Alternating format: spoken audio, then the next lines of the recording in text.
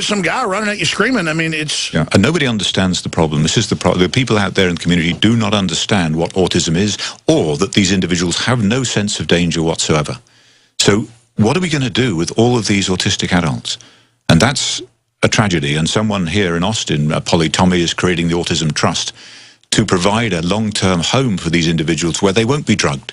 They won't be simply put on psychotropic medications which have no indication in autism whatsoever, but make life easier for the carers. I think I met him out in Lakeway. Polly is, you probably met her husband. Yeah. The husband and wife team. And he was showing me all the stuff they're going to build at the campus. Pretty amazing. Absolutely, that's right. So it's an exciting time for people here in Austin, but one of these places is not going to be anywhere near enough. You could you could have 10 or 15 in Austin alone, let alone the rest of Texas or the country.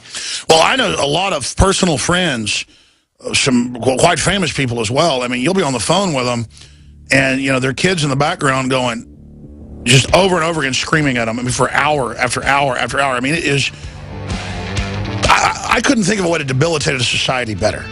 You know, they came up with the 223 to just wound people in Vietnam because they found that would debilitate the Vietnamese if they had to have 5 people take care of somebody who was just wounded instead of dead.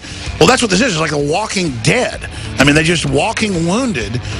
It's incredible. Stay with us. We'll be right back. I would jump up with energy. I would run out there, and I would try to get the child out front of the car. Because I've done that before. You know, been on the highway and a car flips, people are stuck, and we help get people out. I'm not a hero. I saved a lady one time with a Heimlich maneuver. Came out of the bathroom. No one was helping the lady. She was turning blue, falling over on the table. They just kept saying, call 911, call 911, call 911. And then I went over there, and she coughed up all this bread, and people thought I was a hero then. That's why we're in so much trouble, is that it's not heroic to do the right thing to help people. And the instinct to stand up against tyranny has been lost to a great extent. Everybody needs to go to autismmediachannel.com, get the data, send it to Congress, get involved today.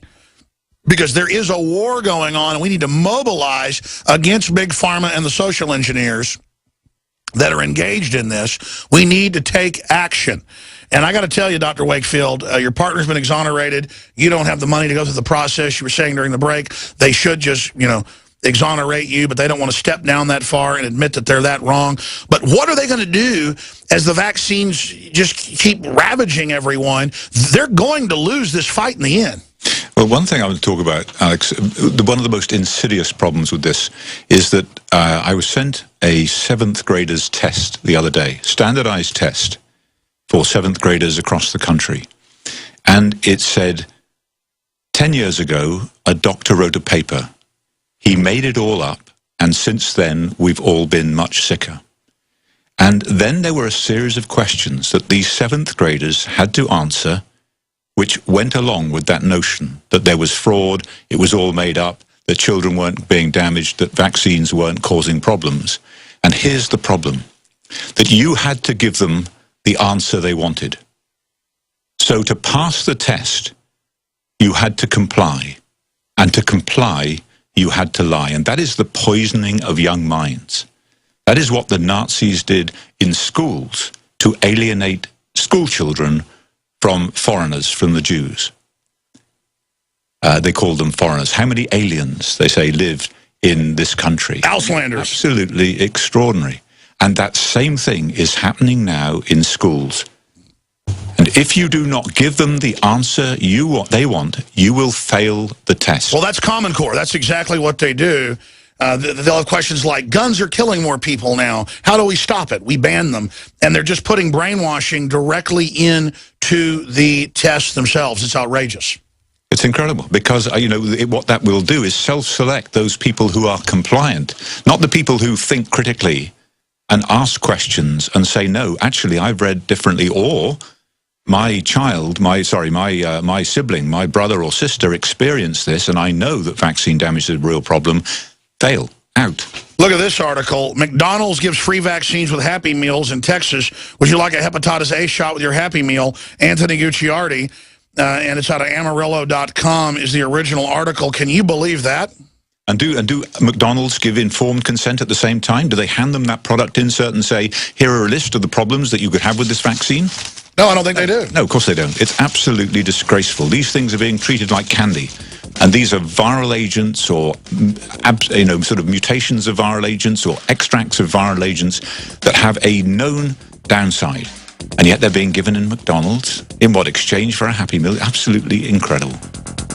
Well, instead of getting a toy now with your GMO, Bill Gates garbage, he's on the board with those folks. Instead, you now get a loving vaccine on top of it. We'll be right back with the final few minutes with Dr. Wakefeild. GCN. Visit GCNlive.com today. The month of February is all about Valentine's Day. Big heart-shaped boxes filled with delicious candy. What if we, the Patriots, hijacked Valentine's Day and instead made it about human liberty and individual empowerment? I'm all about human potential. I'm all about the individual being empowered. The establishment is the opposite. That's why they spike our water with fluoride and GMO, estrogen mimickers, and the rest of the garbage. InfoWars is striking back in the month of February with Human Empowerment Month. How we can come together and win the human race. And to celebrate the kickoff of Human Empowerment Month, we're slashing prices on InfoWarsLife.com products like Super Male and Super Female Vitality. The sale is only running for the month, 20% off, and there's a lot of other powerful specials at InfoWarsLife.com. InfoWarsLife.com, celebrating human potential in the month of February. Visit InfoWarsLife.com to find this special and many others in the month of February. Again, InfoWarsLife.com or 888-253-3139. You're listening to The Alex Jones Show.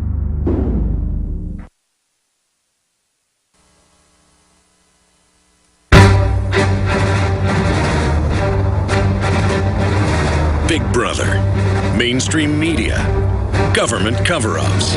You want answers? Well, so does he. He's Alex Jones on the GCN Radio Network. And now, live from Austin, Texas, Alex Jones. Dr. Andrew Wakefeild has been exonerated by CDC whistleblowers, Merck whistleblowers.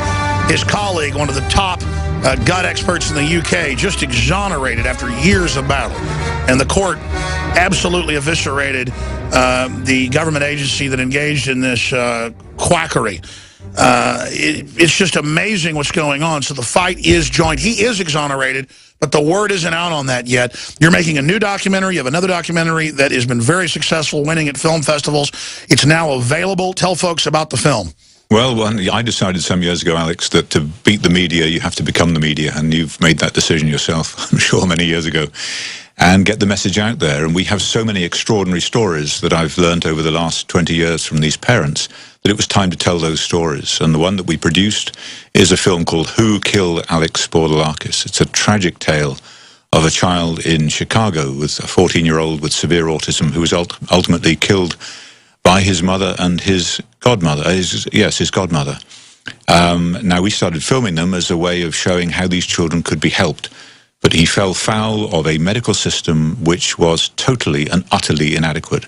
This is a system that put this child on over 25 psychotropic drugs, only 2 of which are licensed by the FDA for the treatment of children with autism. Only 2. So this is quackery. This is true quackery, and it's where the way that this system is going, and that's got to change. So the story highlights one of the most poignant and distressing aspects of the way in which this country now handles children with autism, and we made it in order that this should never happen again. These parents should never have been put through that. Well, what about with all the bioethics talk? Now, they're talking about just getting rid of people that have any type of mental disability or whatever, warehouse them death panels. I mean, I think once you get to 1 in 10 people with autism, I'm not saying do this, but it'll be, we're going to collapse. We won't be able to take care of all these people. And the state's going to say, kill them. You know, the moment that you consider any individual member of a society expendable, then you have lost your moral compass. And that is exactly what is happening at the moment. And it's being done because market forces are dictating that. What did you think of the secret death panels that came out with the VA? And they just swept that under the rug, too. No, I just heard about that for the first time from you. See, it hardly even got coverage. Can you believe an IBM computer decides who shall live and who shall die? Yeah, but that happened in Nazi Germany. And people say, quit using the Nazi analogy. It's dead on, though. Yeah, no, it's a very, very good historical yardstick for so many of the things that can go wrong in society if bad people get in control and good people do not act to restore the integrity of that society. So it is a very good yardstick, and it's entirely appropriate to use it. Well, I got called aside by my children's pediatrician who runs one of the biggest clinics in Austin. He's retired now. This is like 6, 7 years ago. And he said, listen, I get why you're not vaccinating your kids because he has one of those big clinics where he won't push you to. But most of his kids go in there do get them. He goes, I volunteered for a clinic. You know, doctors are supposed to do that for folks that don't know. In East Austin, we were giving them live polio vaccine. That's supposed to be illegal for 20 years. He goes, it's got SV40. And he grabbed my arm and he goes, but you don't tell anybody my name. But I mean, that's how scared doctors are. Yeah, they're terrified. And what happened to me has now become Wakefielded. They call it Wakefielded. It may even get into Wikipedia, you know, of this phenomenon of isolating doctors, destroying their credibility and saying to everybody else, if you get involved, if you question vaccine safety, if you criticize our drug, this is what will happen to you. Do you remember that Merck Vioxx trial in Australia where they produced the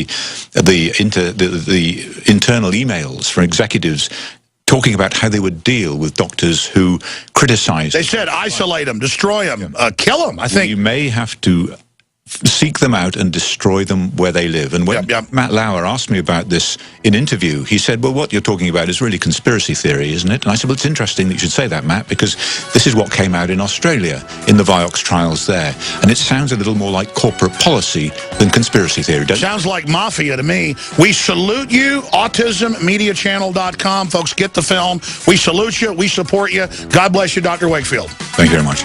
I tell you, this is amazing.